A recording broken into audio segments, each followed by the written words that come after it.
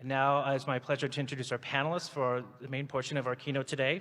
And they'll be discussing the Giftedness Knows No Boundaries campaign and the impact that gifted education has on all students.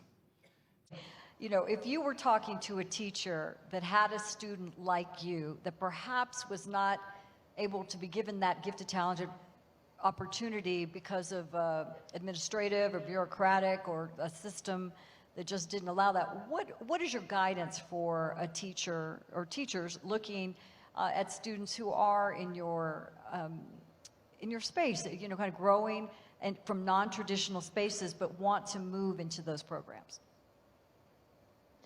Yeah, I mean, there's a lot of different ways that you can approach a student who is gifted and just needs a different kind of environment to really reach their full potential. I think one of the main students that teachers can do is let the student just grow. Instead of trying to put a student in a box or put a ceiling or say, this is where I expect you to be, like, this is where you should be, and this is what the material I'm giving you, and you can't move ahead. So if you finish the worksheet early that I handed out in class, you can just sit there and read. Instead of that, maybe give them the next worksheet or an advanced worksheet or some way to help them stimulate their brain and actually get to where they are being challenged and can critically think and grow.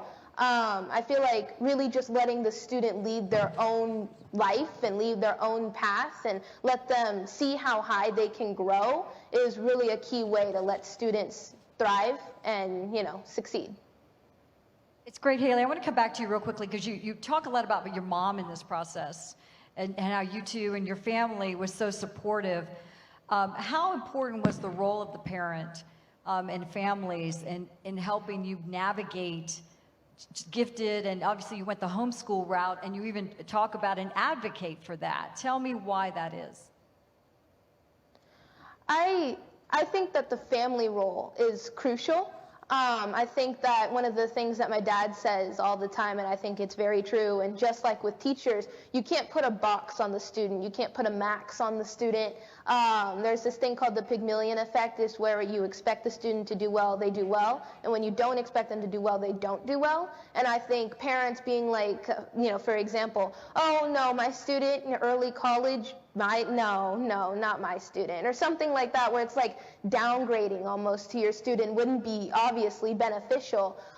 Keeping your student in an environment where they're not being challenged or they're not being able to grow and thrive is not something that's beneficial. And I do encourage homeschool. And just like I mentioned in the book and with my mom and my parents, we do encourage homeschool, but not every family can homeschool. And so if you can't homeschool, I think homeschool, and we mentioned this is in the book, homeschool isn't just a practice. It's not just a way of going to school and a way of learning. It's also a mindset.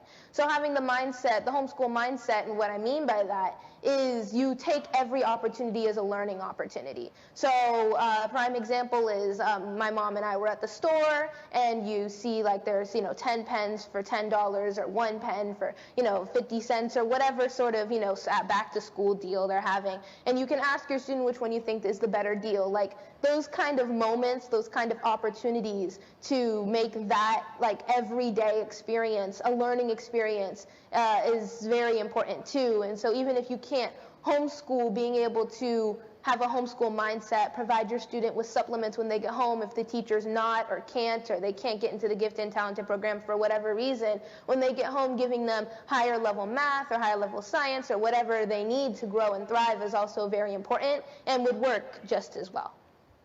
Outstanding. We're all thinking of